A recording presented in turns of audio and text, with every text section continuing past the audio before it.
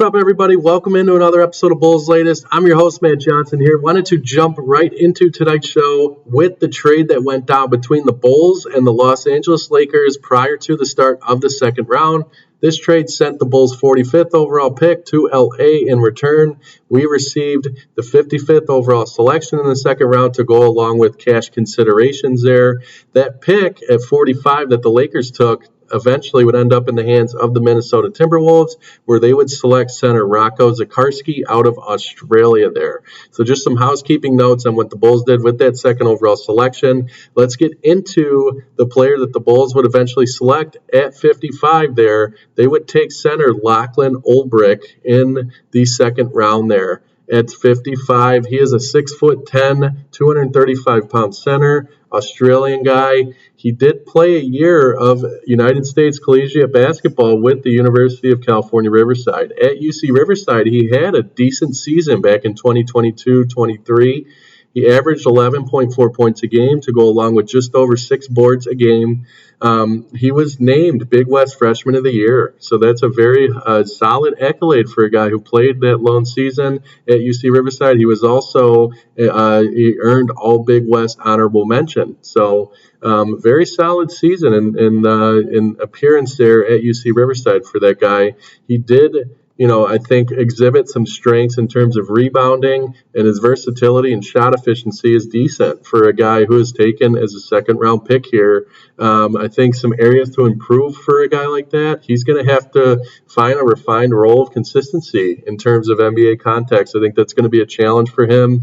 Doesn't offer much when it comes to shooting from beyond the arc as a big guy, so that's another element that maybe he can develop as we move into the summer league. And then, being on a two-way contract, he can spend a lot of time in the G League developing those aspects of his game there. So, getting into his career after that year at UC Riverside, he would then shift after that 2022-23 season. He would shift back to playing in Australia's NBL in 2023. He signed with an organization in that league in Australia, then would transition over in 2024 to play for the Canterbury Rams of New Zealand there. So he would then go play in New Zealand, kind of moving around internationally. He had a very solid season in 2024, which is, I think, why the Bulls would make a shot at taking him in the second round here. I think it makes some sense. So we'll see if that pans out and what he turns into in terms of a Bulls prospect there in the second round. I think it'll be interesting to watch and worthwhile to watch a guy like that and see if he creates any promise. It's kind of shifting gears here. I wanted to get into Mark Eversley. He did speak, the Bulls general manager did speak prior to the start of the second round, and I know it wasn't to the pleasure of a lot of Bulls fans to hear how he conducted this press conference. It upset me. I'm sure it upset a lot of other Bulls fans as well, but here are some notes as to things that he stated in this press conference. He stated, "We're building something great here. We want it to last. It does take a long time. It takes planning and patience. Doing the hard work without taking shortcuts." He said there may be tough moments along the way, but we have to believe in the path and appreciate. And he did state that he appreciates the fans and that they've stuck with the Bulls in these trying times. Stated that they need to remain diligent, and he also talked about not skipping steps, which I think is interesting because when you talk about building something and skipping steps, they haven't picked a direction, and I think a lot of Bulls fans will agree with that. They've been so torn on what path they want to head on, and it's cost this organization, frankly. It's put them in a situation where they're in a standstill. They're kind of in that middle ground. They're not bad enough to win the lottery. They're not good enough to be a top 6 team in the East. They're in play-in hell, so to speak. They're sitting there in the play-in tournament every year. I know it pisses me off. It pisses a lot of Bulls fans off. So hearing the way Mark Eversley, the general manager, spoke in regards to what this team is looking at moving forward, he also, in a very interesting way, failed to talk about Noah Essengay, the guy they selected at 12th overall. Didn't express any optimism with that pick or didn't talk about that pick in terms of the excitement surrounding it and what Bulls fans should expect moving forward. Just a very interesting way to conduct that. I know a lot of Bulls Nation, especially here in Chicago, is not happy with Mark Eversley, and crickets out of Arturas Karnisovas as well. That pissed a lot of people off. It certainly is not a good look. I think not hearing from your president of basketball operations in a time where Bulls fans haven't heard from him much in general in recent years would have been a good time to kind of jump out and state and lay it all on the line what the Bulls are going to do here moving forward. He's given a very broad and simple overview of what to expect, stating that it will take time, but we want answers. Bulls fans want answers. I think it's owed to Bulls Nation to kind of give a more detailed approach on how this is going to go down. So, and I thought, interestingly enough, to cap off Mark Eversley's press conference, he stated he would not talk about rumored contract extensions of Billy Donovan, as well as the group in upper management of him and Arturas Karnisovas there, saying it was against team policy, which I thought was very interesting. Being against team policy, it's overall I think that press conference, it didn't make me too happy to hear how he approached that, as well as a lot of Bulls fans. So a little note there as we look into an overview and a recap of this draft. I think overall, when you look at this draft, I think it's still a cloudy vision of a direction from this organization. I don't think, the pick with Noah Sangay at 12 cleared up anything. I don't think it answered any questions for the Bulls. I know a lot of Bulls fans are pissed off about that pick. I express optimism about that guy. I think he's super young, offers some intrigue.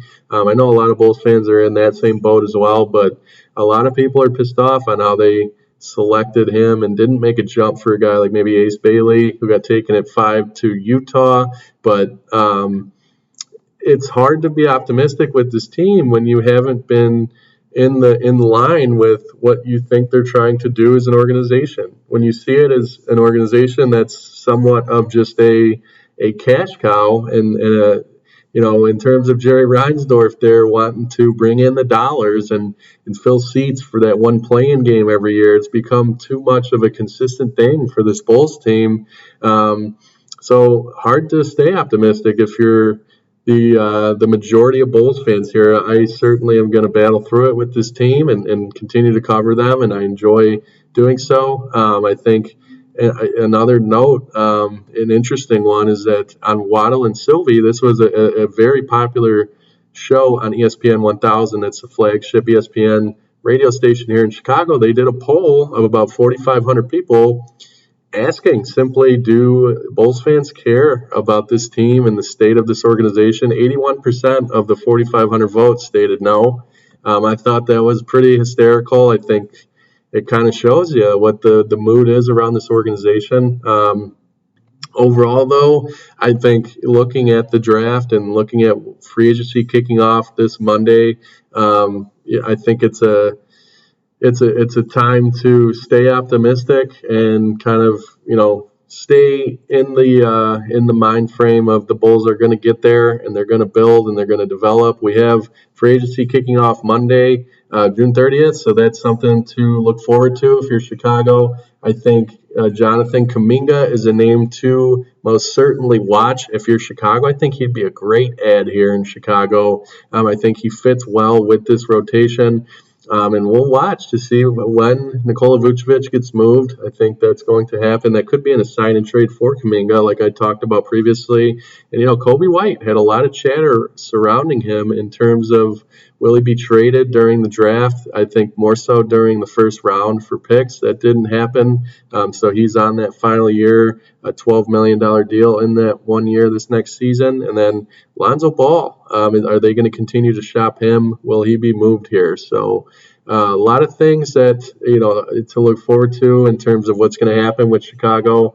I'll continue to cover all this stuff as we move into the Summer League. I believe the Summer League starts July 10th, so I'll keep you guys up to date on all that stuff. But obviously, you guys can see my frustration with this team as well as many Bulls fans. I'm in the same boat. I want to see them excel and succeed in the long term. So, I think Noah Estingay is a lot of promise. I encourage you guys to, exhibit patience, even though that's the last word you guys want to hear, given that that's all you've heard and that's all we've heard from the Bulls and the front office in terms of development there. So, again, I want to thank you guys for joining me on another episode of Bulls Latest. We'll talk about what to expect upcoming in free agency. We'll dive into some other names that could be on the table for the Chicago Bulls. I know I talked about Bradley Beal. That's an interesting name. It's a costly one. We'll see if he moves his way out of Phoenix there. But overall, an exciting time to be a Bulls fan still, as trying as it is. I think there's a lot of optimism to be had in different areas. So thank you again for joining me on another episode of Bulls Latest, and we will see you guys next time.